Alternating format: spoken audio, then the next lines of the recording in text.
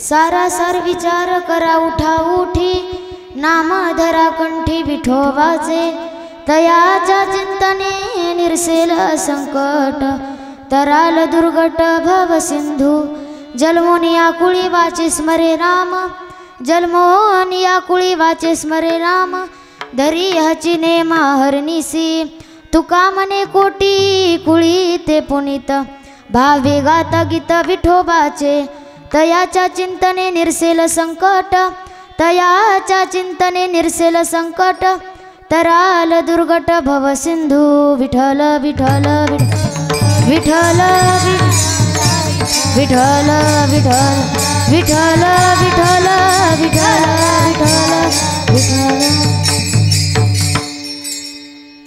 प्रस्तुत प्राप्त प्रसंगी प्राप्त स्थळी कीर्तन रूपी सेवेकरता निवडलेला अभंग, महान भगवत भक्त श्रीमंत संत तुकोबाराय यांचा 4 चरणाचा उत्कृष्ट असा अभंग आजच्या सेवेकरता निवडलेला आहे। चिंतनाकडे वळण्यापूर्वी अल्पसा परिहार द्यायचा, तो म्हणजे असा की जगाचा चालक ब्रह्मांड नायक याच्या सत्तेने आज आपल्या संस्थेमधील बालकीर्तन महोत्सव चाललेला आहे। तर त्या बालकीर्तन महोत्सवामधील माझ्याकडे पहिल्या दिवसाची सेवा ज्यांच्यामुळे आली असेल असे असणारे माझे गुरुवर्य हरिभक्त पारायण साध्वी सोनाली दिदी करपे यांच्या चरणी नतमस्तक होते, आई वडिलांच्या चरणी नतमस्तक होते व सेवेला सुरुवात करते। विठ्ठल विठ्ठल विठ्ठल विठ्ठल विठ्ठल विठ्ठल विठ्ठल हो। आता सर्वप्रथम आपण अभंगाचा सरळ सरळ अर्थ पाहू। तुकोबाराय या अभंगामध्ये सांगतात की सार विचार करा, असार विचार करू नका, भगवान परमात्म्याचं कंठामध्ये नाव धारण करा, त्याने काय होईल तर आपल्यावर जेवढे संकट आले असेल त्याचं निरसन होईल। छत्रपती शिवाजी महाराजांचे धर्मगुरू आद्यगुरू जगद्गुरू तुकोबाराय यांचा 4 चरणाचा सर्वांच्या पाठांतरातला अभंग आजच्या सेवेकरता निवडलेला आहे। पहिला नमस्कार करते भगवान परमात्म्याला ज्याने ही सृष्टी निर्माण केली, दुसरा नमस्कार करते माझ्या आई वडिलांना ज्यांनी अनमोल असा जन्म दिला, तिसरा नमस्कार करते माझ्या गुरुवर्यांना ज्यांनी अनमोल अशी विद्या दिली, चौथा नमस्कार करते तुम्हा सर्वांना ज्यांना मला कीर्तन करण्याची संधी दिली। विठ्ठल विठ्ठल विठ्ठल विठ्ठल विठ्ठल विठ्ठल विठ्ठल। तर तुकोबाराय अभंगामध्ये काय सांगतात, की सारा सार विचार करा उठा उठी नाम धरा कंठी विठोबाचे. तुकोबारे सांगतात की सार विचार करा व भगवान परमात्म्याचं नाव कंठामध्ये धारण करा. आता तुम्ही म्हणता सार आणि आसार म्हणजे काय, तर एक उदाहरण सांगते. सर्वांना भुईमुगाची शेंग माहिती का, तर भुईमुगाच्या शेंगीचं वरचं टरफलं सार आहे, आसार आहे व मधला शेंगदाणा सार आहे. आंबा माहिती का सर्वांना, तर आंब्यावरचं टरफलं कसं आहे, तर आसार आहे, मधली कोय आसार व आंब्यामधला रस कसा आहे, सार आहे. आणि पेढा माहिती का, पेढ्याचं टरफलं कसं आहे, तर पेढ्याला टरफलच नसतं. तसा पूर्णपणे पेढा सार आहे, तसं माझ्या भगवान परमात्म्याचं नाव पूर्णपणे सार आहे. म्हणून महाराज सांगतात सार विचार करा. विठ्ठल विठ्ठल विठ्ठल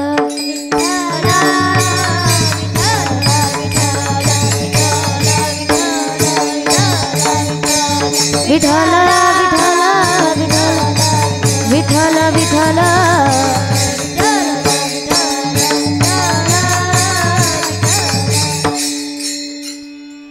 आता तुम्ही म्हणता आम्ही विचार कोणचा करायचा, तर पहिला विचार आहे असा आहे की आपल्यापासून दुसऱ्याला त्रास होऊ नये असं कधीच वागू नका. दुसरा विचार असा आहे की एकाने एक घरी आणली तर दुसऱ्यानं आणू नये, तर महाराजांचं प्रमाण आहे एका पुरुषा दोन नारी पाप वसे त्याच्या घरी. आणि तिसरा विचार असा आहे की तो सतत करावा, तेच अभंगाचं प्रथम चरण.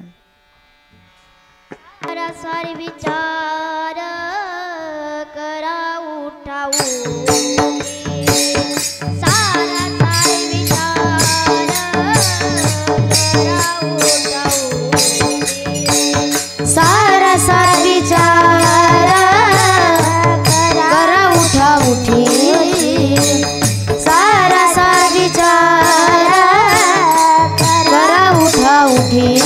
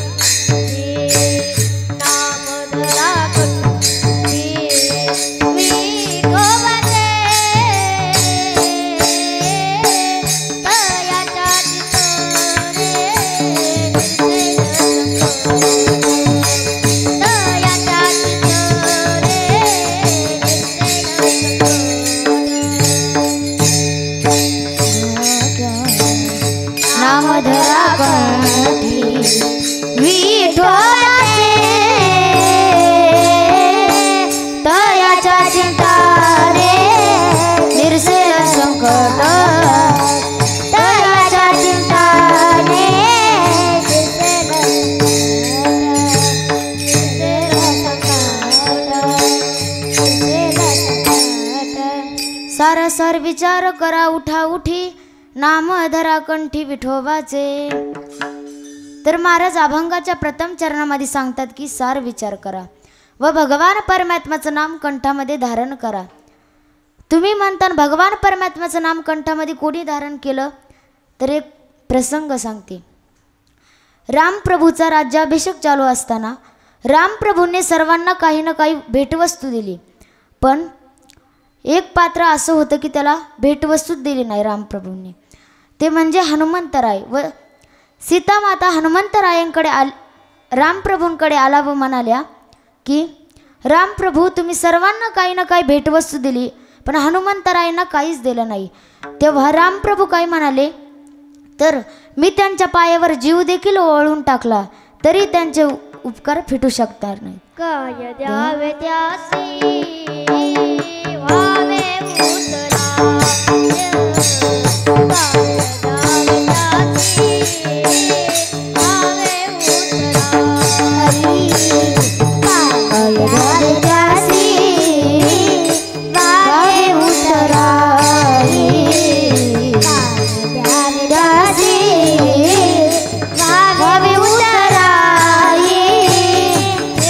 तो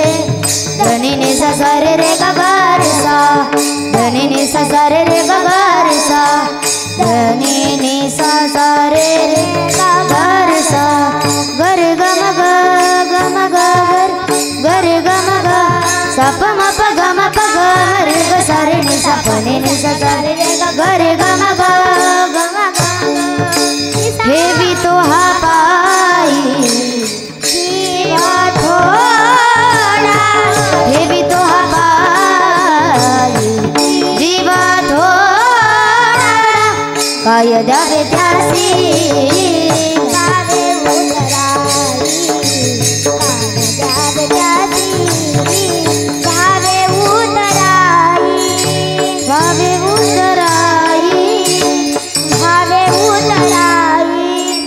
काय द्यावे त्यासी भावे उतराई ठेवी तो हा पायी जीव थोडा. रामप्रभू म्हणाले की तू आज इथे कोणामुळे उभा आहेस तर हनुमंतरायांमुळे. त्यांच्या पायावर जर मी जीव देखील ओवाळून टाकला तरी त्यांचे उपकार फिटू शकणार नाहीत.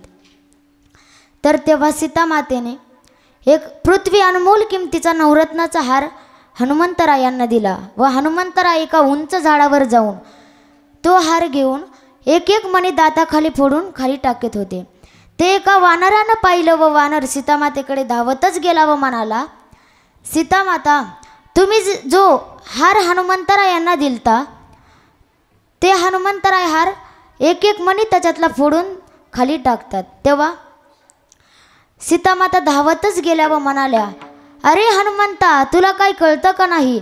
पृथ्वी अनमोल किमतीचा हार मी तुला दिला व तू खुशाल दाताखाली फोडून मणी खाली टाकतोस. तेव्हा हनुमंतरायांनी खूप सुंदर उत्तर दिलं, माता मी ह्याच्यामध्ये माझा राम आहे का हे पाहतो. तेव्हा सीतामाता रागात म्हणल्या की ह्याच्यामध्ये का राम पाहतो, तुझ्या हृदयामध्ये राम आहेत का हे पहा. तेव्हा मागचा पुढचा न विचार करता हनुमंतरायांनी आपली छडी फाडली व एक राम नव्हे अख्खी रामपंचायतच दाखविली. धन्य त्याची माता धन्य त्याचा पिता धन्य त्याची माता धन्य त्याचा पिता धन्य त्याची माता धन्य त्याचा पिता धन्य त्याची माता धन्य त्याचा पिता धन्य त्याची माता धन्य त्याचा पिता धन्य त्याची माता धन्य त्याचा पिता धन्य त्याची माता धन्य त्याचा पिता धन्य त्याची माता धन्य त्याचा पिता. साठविला दाता त्रैलोक्याचा साठविला दाता त्रैलोक्याचा धन्य त्याची माता धन्य त्याचा पिता धन्य त्याची माता धन्य त्याचा पिता साठविला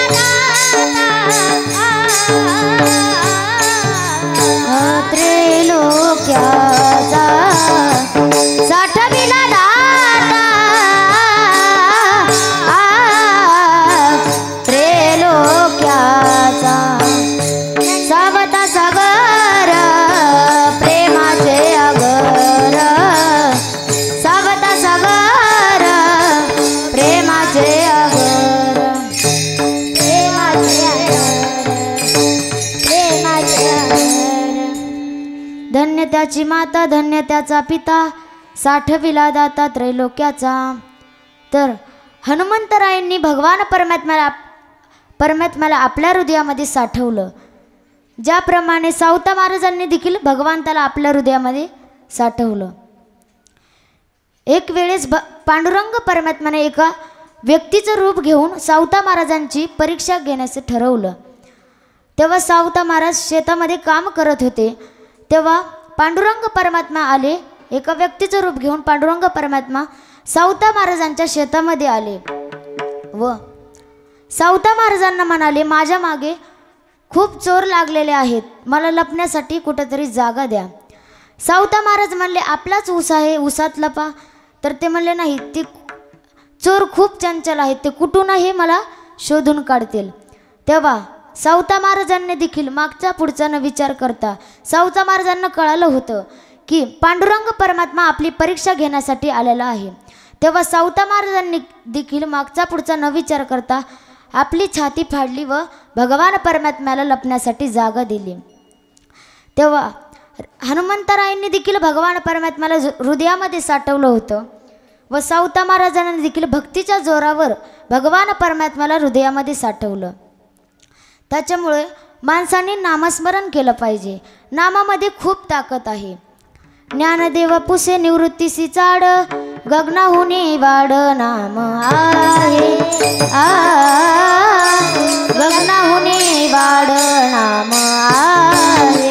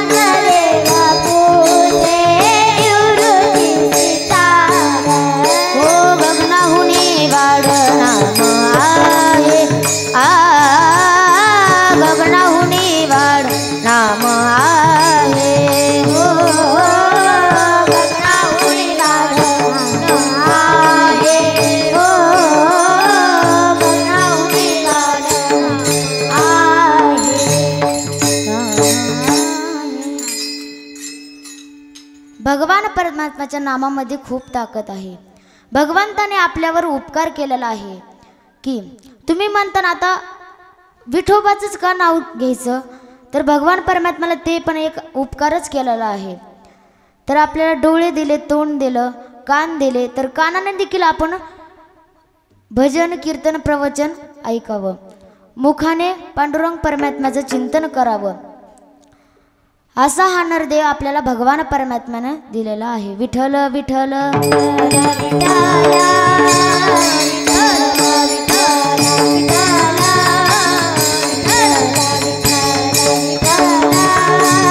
विठ्ठल.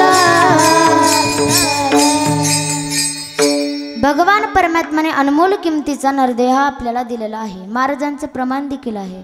दिले इंद्रिय हात पाय कान डोळे मुख बोलाया वचन जनी जोड नारायण. दिले इंद्रिय हात पाय कान दिले इंद्रिय हात पाय कान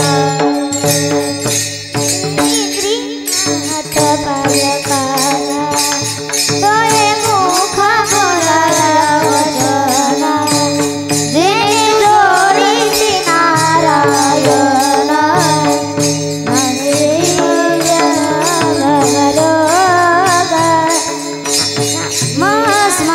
स्मरादी राम नाम स्मरादी राम नाम स्मरादी.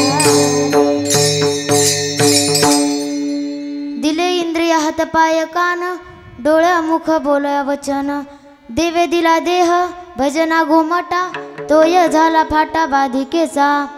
भगवान परमात्म्यानं सुंदर असं नरदेह आपल्याला भजन कीर्तन करण्यासाठी दिला आहे. तेच महाराज अभंगाच्या दुसऱ्या चरणात सांगतात.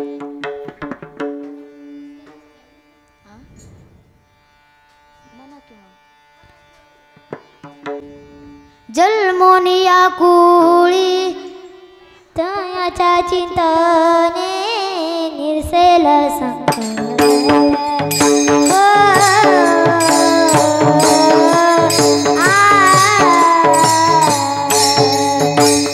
तयाच्या चिंतने निर्सेल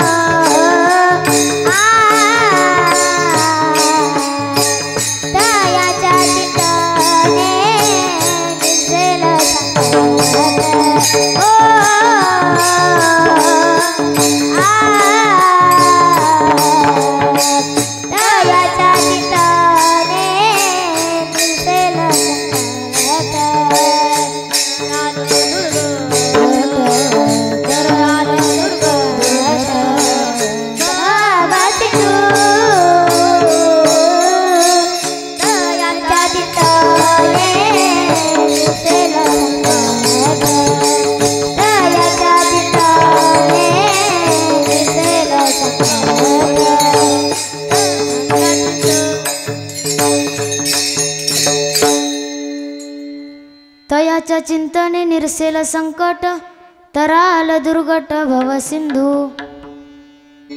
नाम घेतल्यानंतर कोणाचा उद्धार झाला तर वाल्या कोळीचा. वाल्या कोळी हे खूप पापी होता. त्याचे मौरी एवढाले 7 रांजणं भरून त्याचं पाप झालतं. तेव्हा एका वाटेने नारदजी चालले होते व नारदजीने सांगितलं, वाल्या तू एवढं पाप करतोस पण तुझ्या पापामध्ये कोण वाटेकरी होऊ शकेल का? तर ते म्हणाला, हा नक्कीच होऊ शकेल, कारण की मी त्यांच्यासाठी तर एवढं पाप केलंय. तेव्हा नारदजी म्हणाले, जा घरी व विचार तू की माझ्या पापामध्ये कोण वाटेकरी होता का? तेव्हा वाल्या कोळीला वाटलं हे आपल्याला घरी जायला सांगतील व स्वतः निघून जातील. तेव्हा वाल्या कोळीने त्यांना दोरीनं बांधलं व स्वतः घरी गेला व म्हणाला, आधी आई वडिलांकडे गेला व म्हणाला, आई बाबा माझ्या पापामध्ये तुम्ही वाटेकरी होऊ शकेल का? तुमच्यासाठी मी काय काय केलं, तुम्हाला नवीन घर बांधलं, कपडे वस्त्र हे सगळं दिलं, तुम्ही माझ्या पापामध्ये वाटेकरी होऊ शकाल का? तेव्हा आई बाबा म्हणले, तुला आम्ही पाप करायला सांगितलं नव्हतं, त्याच्यामुळे आम्ही काय तुझ्या पापामध्ये वाटेकरी होणार नाहीत. तेव्हा ते आपल्या पत्नीकडे गेला व म्हणाला, अगं माझ्या पापामध्ये तू वाटेकरी होशील का? तेव्हा ती पण म्हणाली, मी तुमच्या पापामध्ये वाटेकरी होऊ शकत नाही. तेव्हा त्याच्या मुलांकडे गेला व म्हणाला, अरे तुम्हाला मी जे पाहिजे ते दिलं, तुम्हाला गाडी पाहिजे होती मी तुम्हाला गाडी दिली, तर माझ्या पापामध्ये तुम्ही वाटेकरी होतान का? मुलं देखील म्हणले, आम्ही तुम्हाला पाप करायला सांगितलं नव्हतं, आम्ही तुमच्या पापामध्ये वाटेकरी होणार नाहीत. तेवढ्यात पत्नी पळत आली व म्हणाली, अहो मला विंचू चावलाय, माझं थोडं दुःख वाटून घेतान का? तेव्हा ते म्हणाले, तुला विंचू चावलाय, मी कसं दुःख वाटून घेईन? तसं मग पत्नी म्हणाली, तुम्ही पाप केलंय, मी का तुमचं पाप वाटून घेईन? तेव्हा वाल्या कोळी सगळ्यांना विचारून झाल्यानंतर नारदजींकडे आला व म्हणाला, नारदजी मी सगळ्यांसाठी खूप काही केलं, पण कोणीही आता माझ्या पापामध्ये वाटेकरी होत नाही. महाराजांचं प्रमाण देखील आहे, नाही रे नाही कुणाचे कुणी, बहीण कुणाची भाऊ कुणाचा, कोण कुणाचे सखे सोय रे. तर नारदजी म्हणतात, ह्या जगामध्ये आपलं कोणीच नाही, बहीण नाही, भाऊ नाही, आई वडील हे कोणीच कोणाचं नाही या जगामध्ये. तेव्हा नारदजी म्हणाले, तू एकच काम कर की एका जागेवर शांत बसून रामनामाचा जप कर. तर वाल्या कोळीने जास्त पाप केल्यामुळे त्याला राम राम म्हणता येत नव्हतं, त्याला फक्त मरा मरा मरा म्हणता येत होतं. कधीच मराचं राम राम झालं ते त्याला देखील कळालं नाही व त्याच्या अंगावर एक वाळूर बसलं व नारदजी असंच एका वाटेवरून गेले.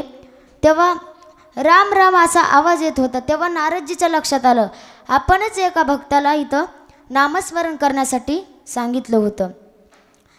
तेव्हा नारदजी गेले, ते वारूळ बाजूला सारलं व म्हणाल्या की तू रामनामाचं जप केल्यामुळं तू आता वाल्मिक ऋषी झाल्या. तर एवढी नामामध्ये ताकद आहे. विठ्ठल विठ्ठल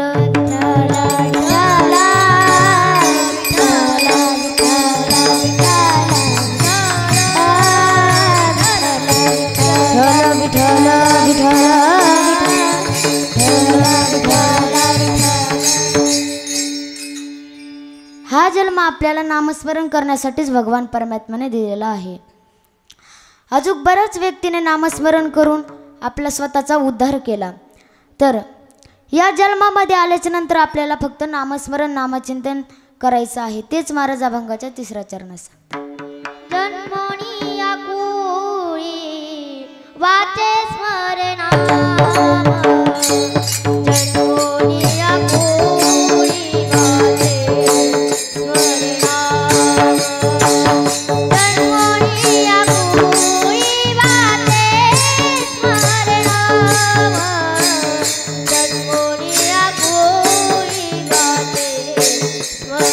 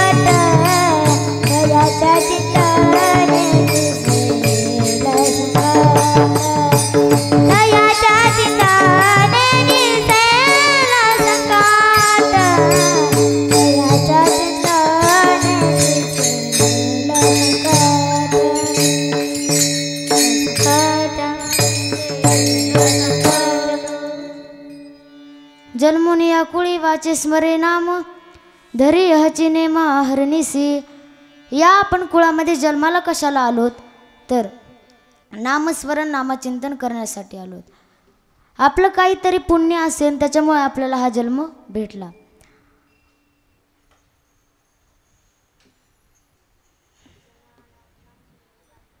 जन्माला आल्यानंतर आपण नामस्मरण केल्यानंतर काय होतं तर तेच महाराज अभंगाच्या शेवटच्या चरणास. तुका म्हणे गोटी गुळी म्हणे गोटी गुळी ते फुळीत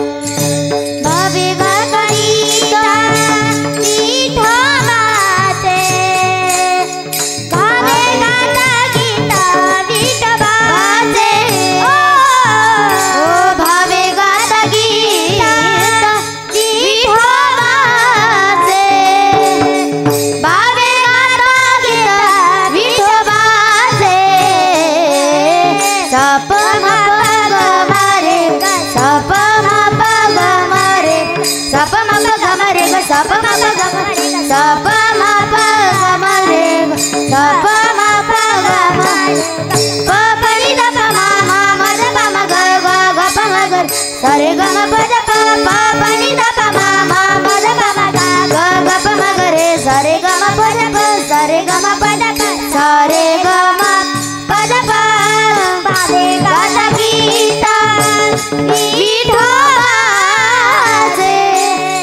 बाबे गाता गीता विठोबाचे तयाच्या चिंताने निरसेल संकट तयाच्या चिंताने निरसेल संकट निरसेल संकट.